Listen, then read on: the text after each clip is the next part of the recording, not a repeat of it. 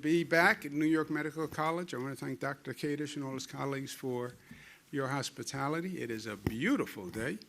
To my right is Dr. Howard Zucker, who is our great health commissioner, who has been doing an extraordinary job under very difficult circumstances. To my left, we have Melissa DeRosa, who's secretary to the governor. Let's talk about where we are today. It's another busy day. Day 101 of dealing with the coronavirus. Yesterday was day 100, and it's a time worth pausing to look at all the progress we've made, thank all the people who have worked so hard.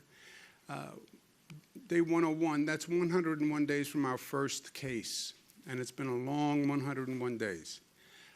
But it's also been extraordinary in many ways, and the progress that has been made.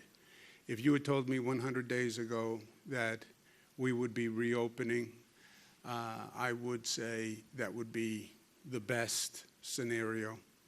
And it only happened because many people did really great service. Today's day 16 of the civil unrest after Mr. Floyd's murder, and our thoughts and prayers are with him today.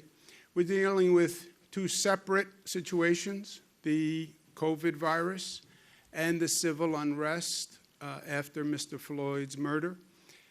They are separate. They have to be dealt with separately. There's obviously also an intersection between the two.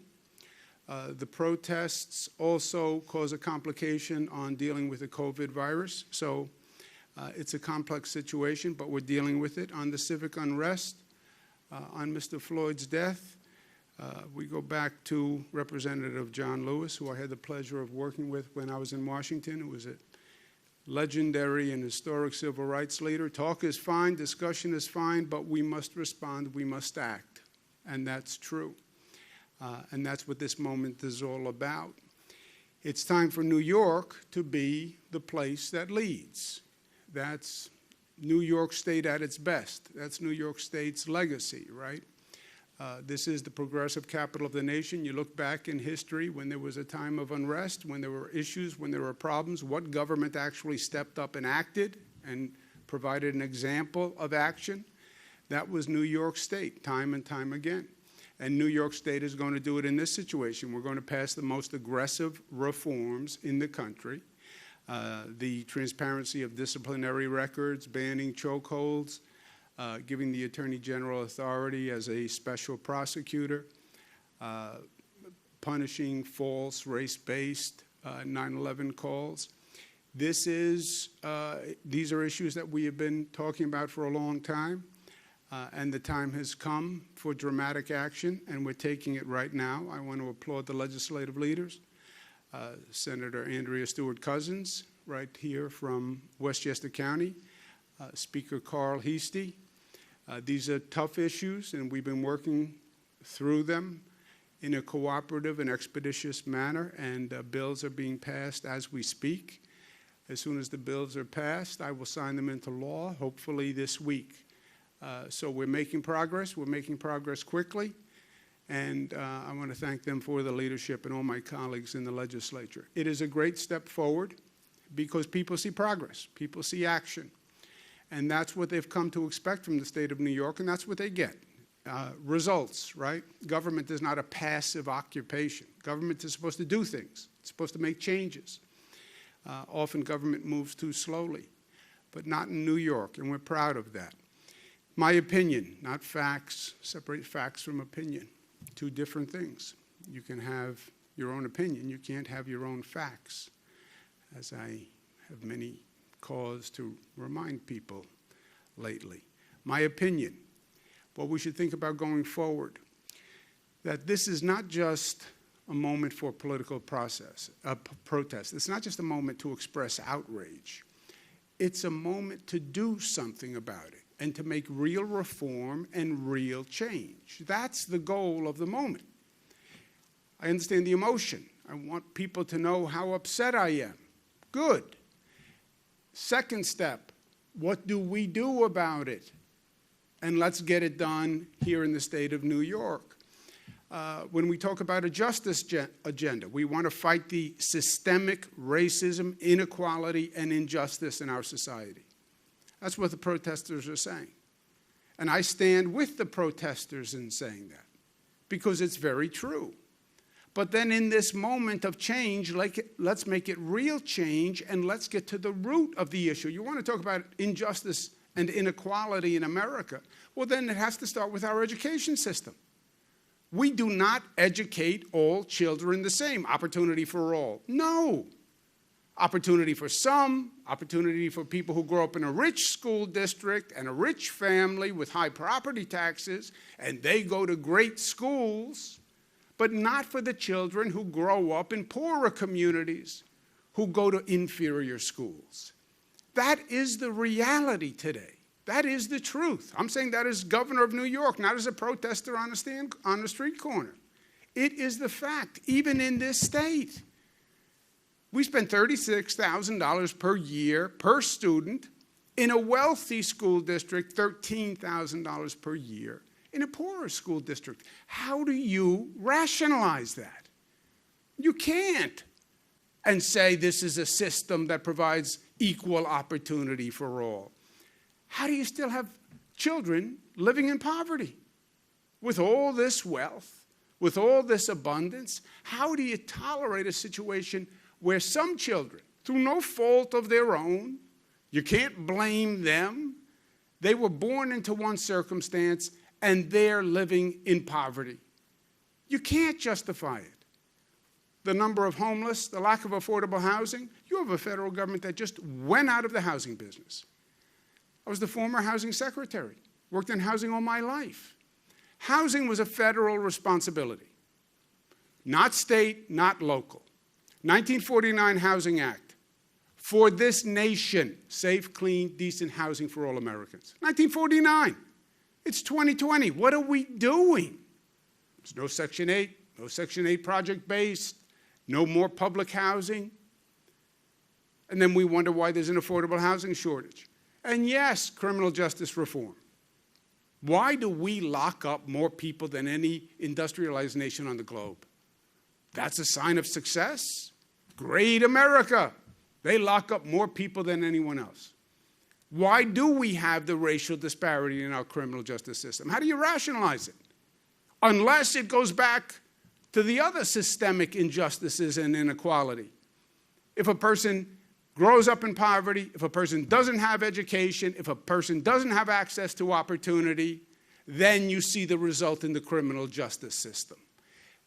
This is how you get at injustice and inequality. And you can't do it piecemeal. Either attack it fully, or you will never defeat it. That's the justice agenda. And this has to be done on a federal level.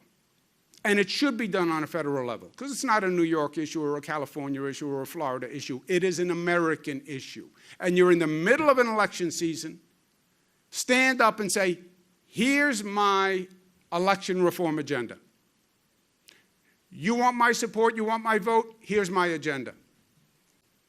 You're running for Congress, you're running for Senate, you're running for whatever you're running for, you want my support, here's my agenda. That's my opinion.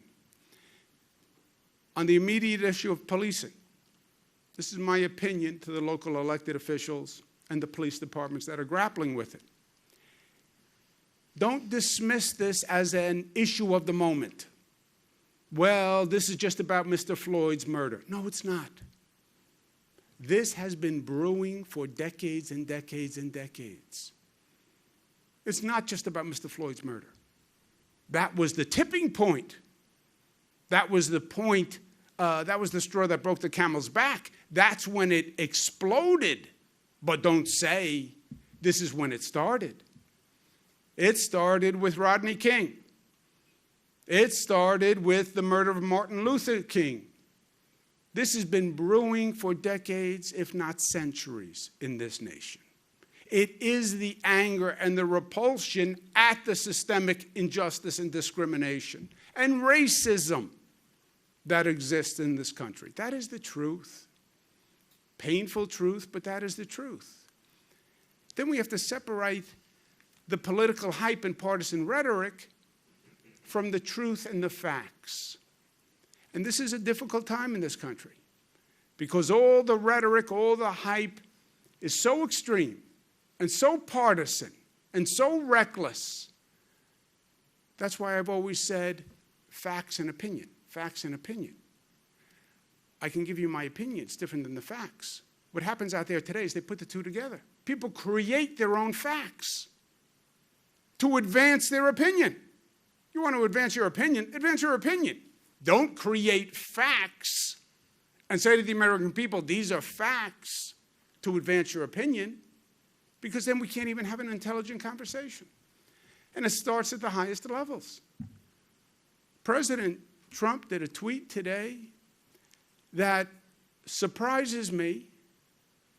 Even after all the tweets he has done.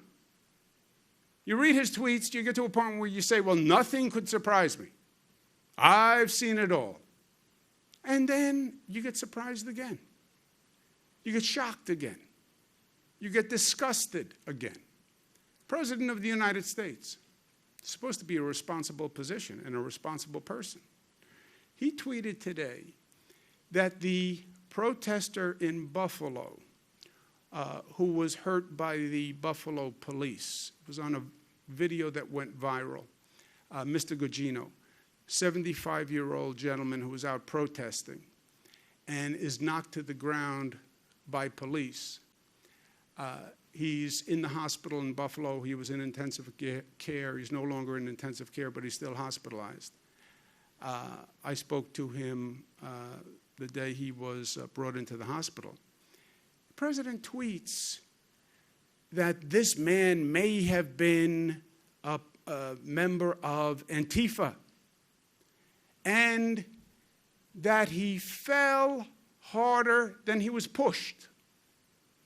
Could be a setup. It's all made up. It's all fabricated. There's no fact to any of it. He accuses this man of being associated with Antifa. No proof whatsoever. No fact, just an assertion.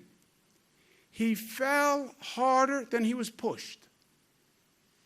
In the video, you see him pushed, and you see a 75-year-old man fall backwards and hit his head on the pavement. What does that even mean? Fell harder than he was pushed. What do you think it was? It was staged? You think the blood coming out of his head was staged? Is that what you're saying? You saw his head hit the pavement. You see blood on the pavement. Maybe he fell harder than he was pushed. How reckless, how irresponsible, how mean, how crude. I mean, if there was ever a reprehensible, dumb comment, and from the President of the United States, at this moment of anguish and anger, what does he do? Pours gasoline on the fire. If he ever feels a moment of decency, he should apologize for that tweet, because it is wholly unacceptable. Not a piece of proof, totally personally disparaging, and in a moment where the man is still in the hospital. Show some decency, show some humanity. Show some fairness. You're the President of the United States. But it's that partisan rhetoric.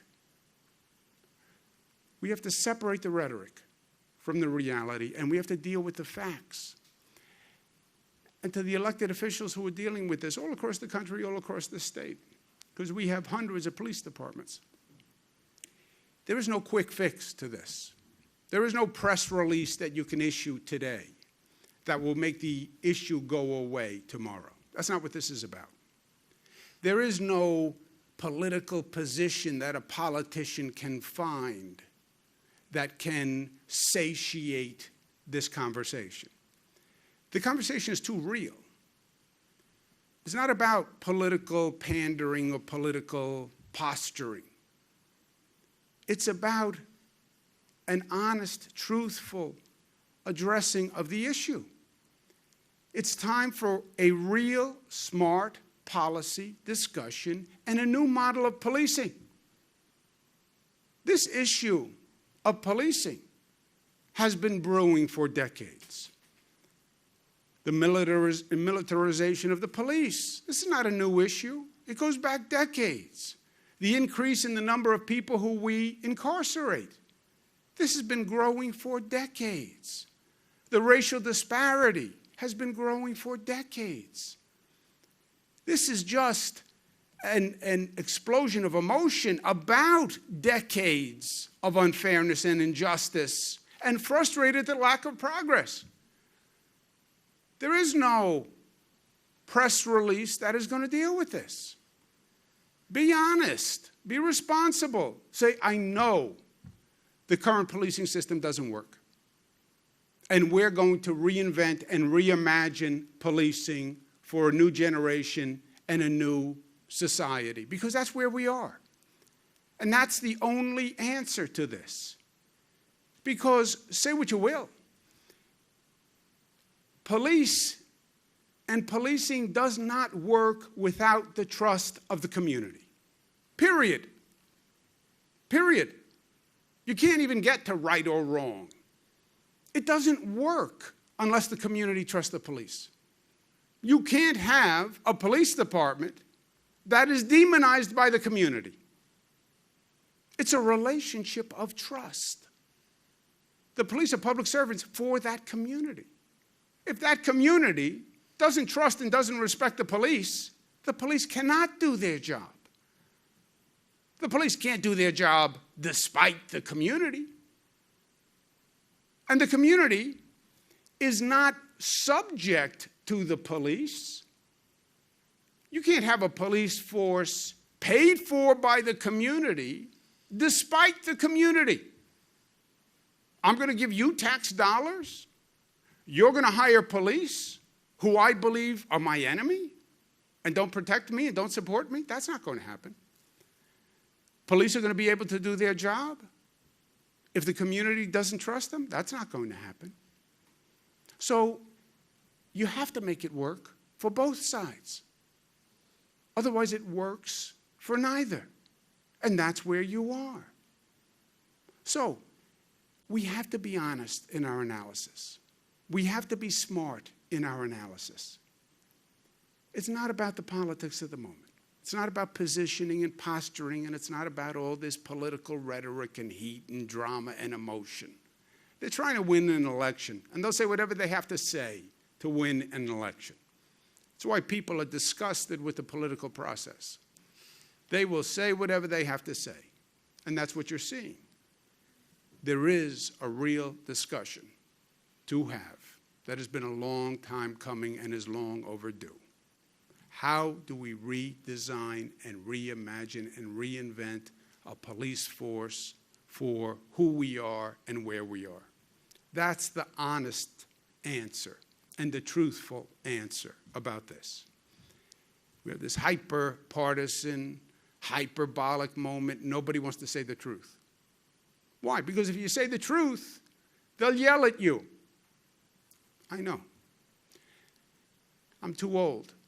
They're going to yell anyway. And by the way, I've been yelled at by the best of them for a long time. The yelling doesn't bother me anymore. Do the right thing. Do the right thing. And if people yell, they yell. This is the right thing in my opinion. And that was my opinion. Back to facts. On the reopening, Westchester, Rockland, Hudson Valley enter phase 2 today. Congratulations. Long time coming, but you did it. The numbers are down because you brought the numbers down. This is not government action. It's not an act of God. It's an act of the people. They got disciplined. They got smart. They did what they had to do. They brought the numbers down. And the numbers are dramatically down. And this is a national, if not international, success story. What New York did. We had the worst situation, and we handled it the best. Oh, you just say that because you're a New Yorker. No, no, no. The numbers say that. The numbers say that. All across the board. Number of positive tests, 73 tested positive. Look at where we were. Close to 2,000 at the peak. God bless what you did. We're reopening. Metro North is taking unprecedented steps to be ready and to be safe. People must wear masks when they're on Metro North. We're delivering hand sanitizer. When you get on, people will give you a mask and sanitizer if you don't have it. But the masks are mandatory for your sake and for everyone else. Social distancing, stay 6 feet apart. Use hand sanitizer and observe the decal guidance. I think when you get on Metro North, you're going to realize those cars are cleaner than they have ever been. We always complained about dirty cars. I know, because I've been complaining for many, many years about dirty cars. The cars are so clean. I was on the New York City subway system yesterday. It was remarkable. We now disinfect subway cars, Metro North cars. Disinfect. Not just clean, disinfect. Imagine that. Who would have ever imagined you could do that? Well, we're doing it. Long Island is going to enter phase 2 tomorrow. We have a global team of experts that are going over all of the data, but they have said all signs are positive. So Long Island will open tomorrow. Their numbers are also down. They've made great progress. 1 death. We were losing over 100 at one time. And on the confirmed deaths, tests, they also continue to drop 1% positive. The Long Island Railroad, like Metro North, like the New York City subway system, is up and ready to go and in better shape than ever. New York City entered phase 1 yesterday. You see the daily test results here. Their numbers are way down. And that was also a really dramatic turnaround. Congratulations to them. We still have a problem in New York City in certain zip codes. And this is a phenomenon all across the state, all across the country. The virus did not attack equally. It hit lower income areas, more minority areas harder. And in New York City, that's probably most demonstrable. New York City, the overall infection rate was about 20%. We have some zip codes where the infection rate is over 50%. Gets back to our conversation about injustice and inequality. Why do poorer, more minority communities have a higher infection rate? One of the reasons is they've had less health care service up until now. They have more comorbidities. They have more underlying illnesses, hypertension, diabetes, heart disease. But we are attacking these hot spots, and we start with testing and increasing testing. People have been extraordinarily helpful in this because this is a function that never happened before, that all of a sudden we had to do 50, 60,000 tests per day. We had never done it. It was an operational and logistical nightmare. And we put up testing sites overnight. We now have 800 testing sites in the state of New York. This is all new, all created. And we've had people who have helped us, who have done extraordinarily great public service on a voluntary basis. Sean Penn is the co-founder of CORE. He's chairperson of the board. They have been extraordinarily helpful all across the country, all across the world in responding to pandemics and emergencies. And I talked to Mr. Penn about this problem in our hotspot zip codes and asked if they could help get more testing into those areas because we don't have a lot of infrastructure there. And his group came in, they mobilized, and they did great work opening up testing sites in a very short period of time that will ramp up the testing in our hotspot clusters. And I want to thank him very much for his good work. He was really, not just that he chose to do it, that says something about him and his heart and his soul that is positive, that he's an extraordinary person. But his organization then delivered. And that combination of good intent and good results, that doesn't happen often. But when it does, it's special. And it happened with Mr. Penn and CORE, and I want to thank him. I think he may be with us today. How are you, Sean? I'm very well, Governor. Thank you. I just wanted to thank you so much, and CORE, for what you did. Those hot spots are really an injustice on a lot of levels. Also, that's the place where we'll see the virus spread. So what you've done, opening up those testing sites, getting it done as quickly as you did, I can't thank you enough. We're proud to be in partnership with you. You've been a time capsule of reason that we need in this time, and it all affects the, with CORE, we're looking at the fall and say, let's work backwards and say we did the right thing.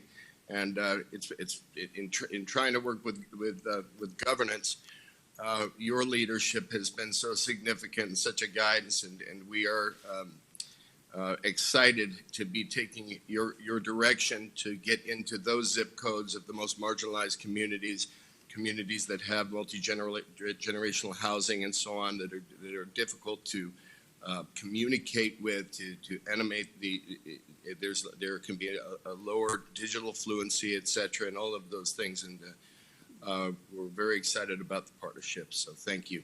Thank you. And we'll keep going, because I'm with you, as we discussed when we were together. Everybody's in the here and now right now, but we also have to think about a second wave to this virus. We have to think about the next virus or the next bacterial infection, because this was not the last rodeo. That I think all informed pieces would admit. So we're learning from this. We're going to build an infrastructure. And the next time we go through this, we'll be in better shape. We'll pray that it never happens again, but we'll plan that it does. Thank you, my friend. Thank you so much. And thank your whole team for what they're doing. Every New Yorker thanks you. We owe you one. Well, we thank every New Yorker, the extraordinary commitment that they've made in flattening the curve, and all of those extraordinarily heroic frontline workers have been a real inspiration to all of us. Thank you. Let me know when you come east. I owe you a meal. I'll take it. Thanks, buddy. Thank you, Sean. Thank you, Mr. Penn. So we thank Mr. Penn for what he's doing, and we're going to keep doing that. Every region of the state is now reopening, so we need to look at the facts and the numbers through a different lens now. We're all reopening. Everything is reopening. The question now is, could there be any spike in the rate of transmission upon reopening? That is the relevant question. This is a whole different universe for us now. You're reopening, people are getting back on Metro North, are getting back on trains. Could you see a spike in the virus? You have a lot of protests, people in close proximity. Could you see a spike in the virus? About 600,000 people are coming back to work in the metropolitan region. Can you see a spike in the virus? So now what we want to look at is the day-to-day testing that we're doing, okay? In some ways, the number of deaths right now is not important. The number of deaths are so low that really comes down to how they classify the cause of death for those people. Was the cause of death heart disease or hypertension or heart attack, or was it the COVID virus? But the number of deaths are so low, thank God, that number is no longer really that informative. The day-to-day testing is, what does that mean? We do about 50,000 tests every day. 50,000 tests every day. Watch that daily number. That's like getting your blood pressure reading every day, your cholesterol count every day. You know exactly how healthy your body is if you get those numbers on a daily basis. You look at that day-to-day testing number, you will know on a day-to-day basis what is happening. And that's what elected officials should start looking at, and that's what citizens should start looking at. So we're going to design a new dashboard. When we started this, we put up a dashboard so that citizens and elected officials could go to a website, they look at the dashboard, they'll know exactly where they are. And when we started this, a big part for me was about informing the people, because people were going to do this. Government was never going to do this. I could just provide the information, but then they had to get the information, accept the information, and be smart about the information. So last time we went through this and we were designing a dashboard, I wanted to be creative because I wanted people actually to look at this and understand it and want to go to a website and take the 30 seconds it takes to pull up the website. So I said to my team, the most attractive dashboard that was ever created is in a 1967 Corvette.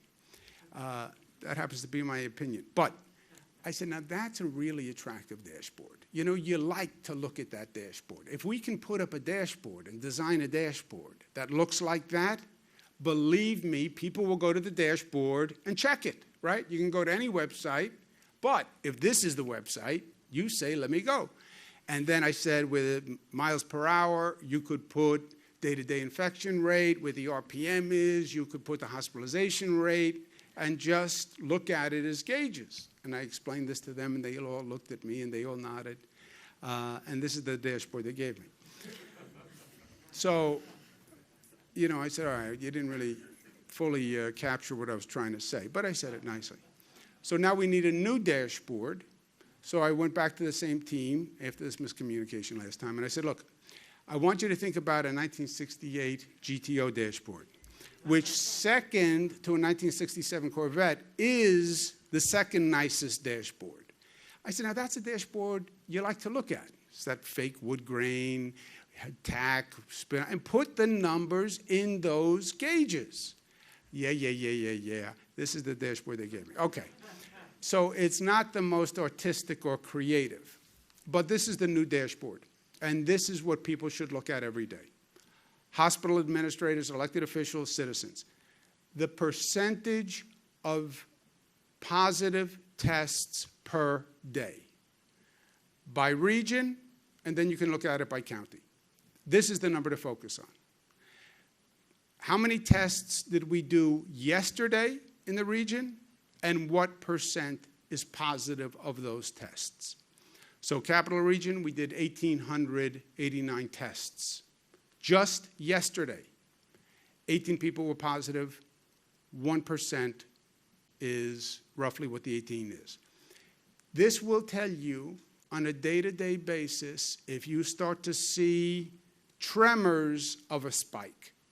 And if those numbers start to move, then you want to know right away why and how. You see the numbers start to move, you go to those 18 people who tested positive in the Capital Region. And the tracing operation then talks to those 18 to try to find out who those 18 were in contact with. Who do you live with? Who do you work with? Where were you? Who did you get infected, possibly? And then you call those people.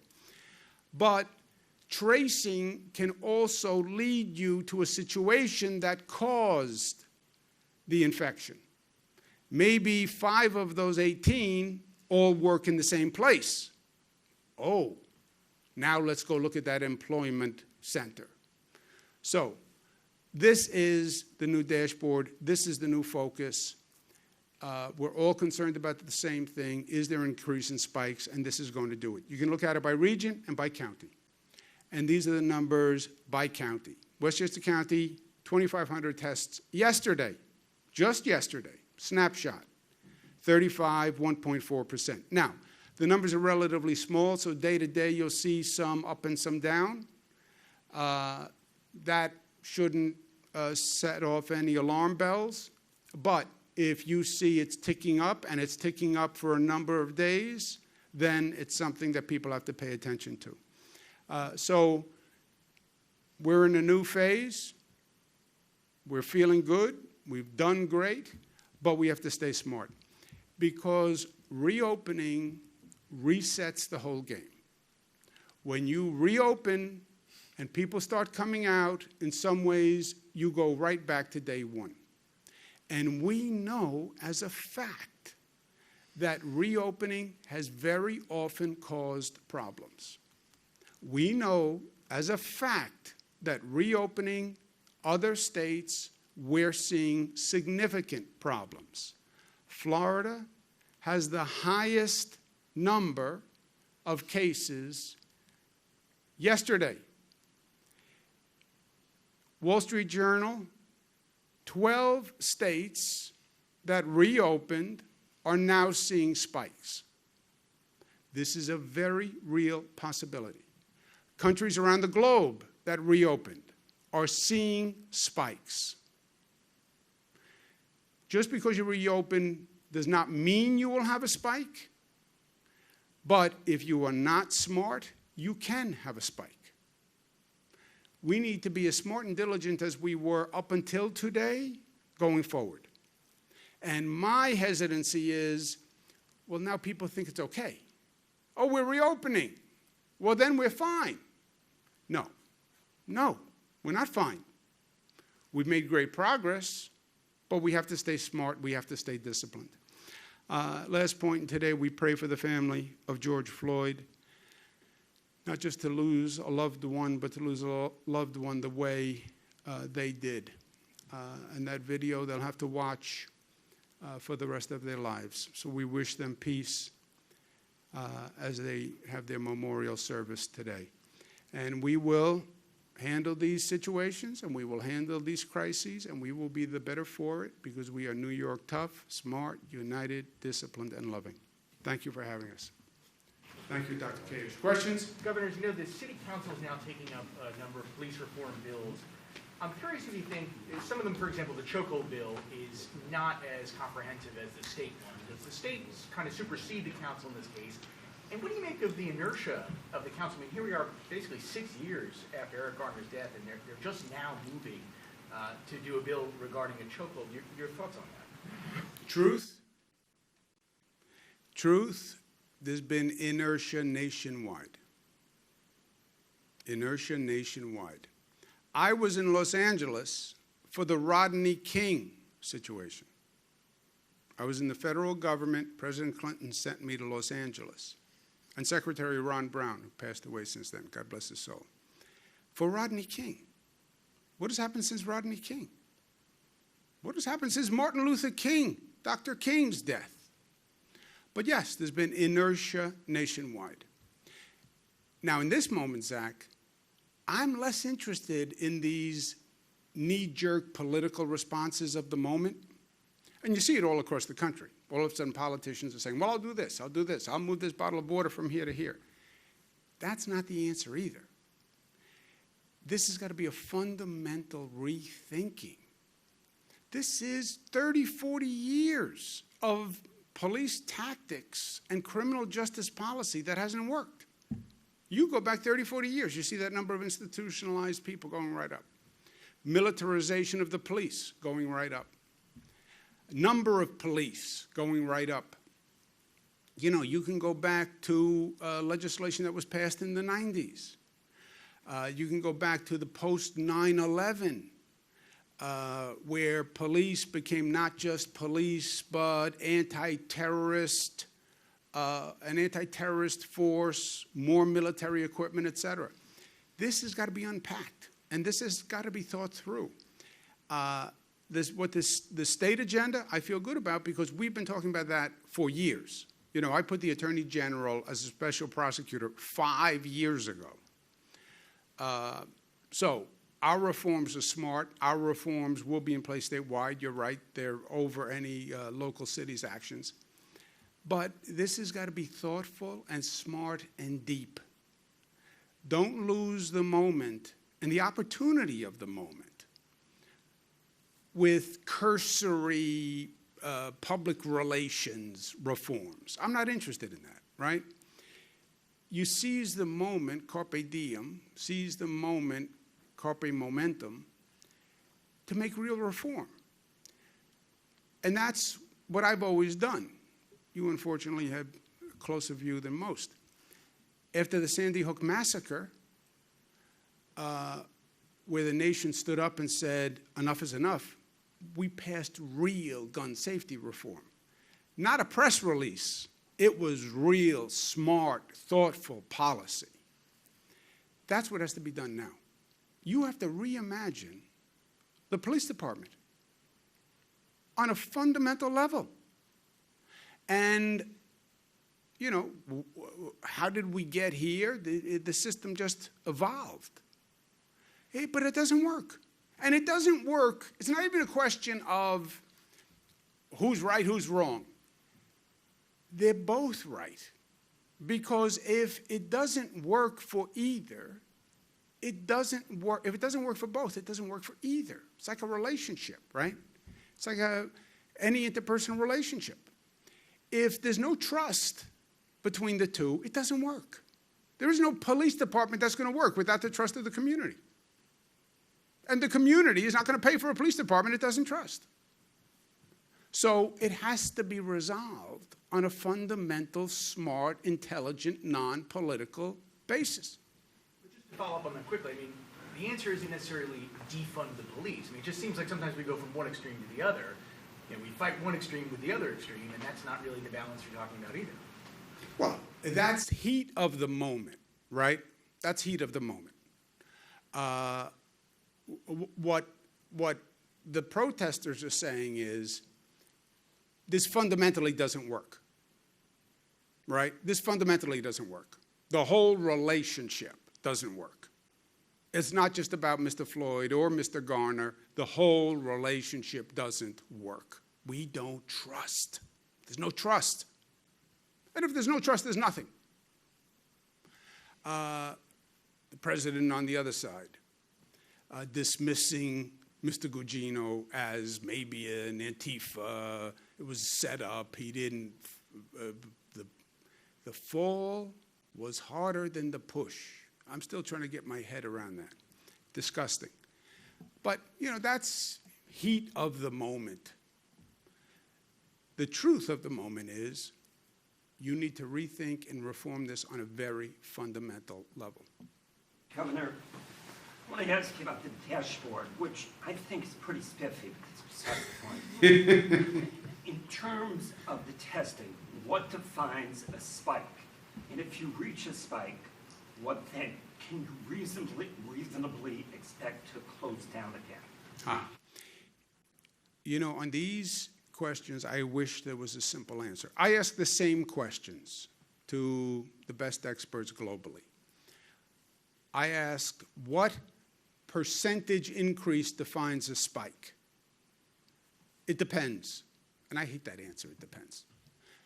But that's the answer they will say. It depends. Now, to go back to our example, there was a spike of 18 in Westchester last night.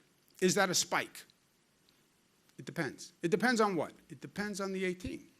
Let's look at the 18. Can we trace them to one employer, which very often happens, by the way, or one gathering? They all happen to be at the same bar mitzvah. They all happen to be at the same protest. They all happen to work at a meat processing plant. Well, then it's not a spike, it's a hotspot. It's a cluster, which is different than a spike. A spike is a community, widespread community increase.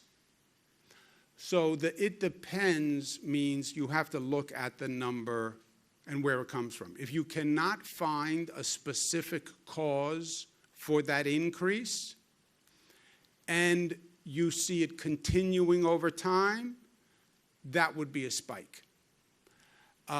They won't give you a numerical coefficient, but increasing cases that you cannot explain or resolve, then you have an issue. If you can resolve the increase, it's less of an issue. Well, how could you ever resolve an increase? Because you traced it back to a specific source of infection that you can address. Otherwise, they're looking for a continued community-wide increase that you cannot resolve or explain. Did I give a fair, you want to add something to that? I'll just say that we also look at the rate of transmission and we follow that every day to see if there are changes. The RT, right, the rate of transmission, not RT on a dashboard, which would stand for what if you saw RT on the dashboard? Road and track. RT is rate of transmission, which is really the seminal number because that is, if it goes over 1, that's one person is infecting more than one person, right? An RT over 1, which they consider spreading epidemic. So the Westchester number is 1.4. What if it goes to 3% or 8% or 12%?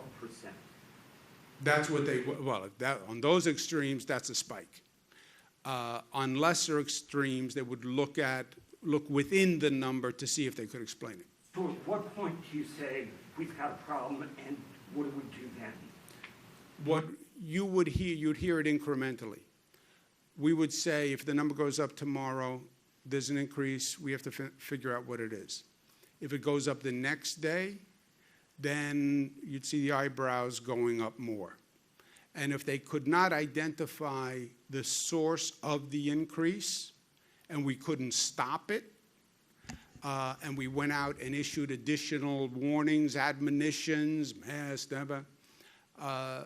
then you see that go on for 3, 4, 5 days, and the numbers are significant, and you can't stop it and you can't address it, then you have an issue. Then you'd have to start to dial back the valve, right?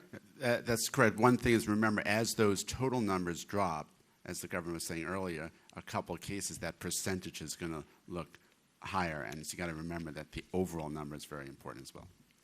You want to add anything to that? Anything to Mr. Zach's question? Nope. Sir? So all the regions have opened. They've moved very incrementally. They've gone exactly 2 weeks. They've gone phase 1 to phase 2.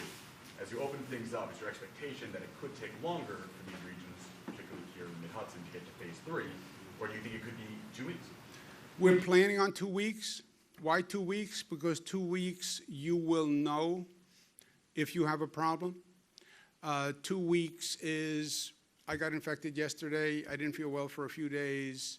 The virus incubated for a few days, then I didn't feel well for a few days, then I stayed home, then I got really sick, then I went to the hospital. You know what is the fallback safety net. You know that hospitalization number. You see that go up. But that could be 2 weeks after you got infected. That's where the 2 weeks came from. One more? Yeah, just regarding Washington, it seems like there's not going to be any federal action regarding any kind of comprehensive stimulus, at least in the month of June. How long are you willing to wait this out before you think some of these cuts have to go into effect? The city of New York has to deal with their budget on June 30. I do not believe that even this federal government, with all its dysfunction, will turn its back on state and local governments across this nation at this time. I am that much of an optimist about this federal government, but I believe there is a level below which they won't sink, and I think we are at the bottom of the pond. Thank you very much, guys. Thank you.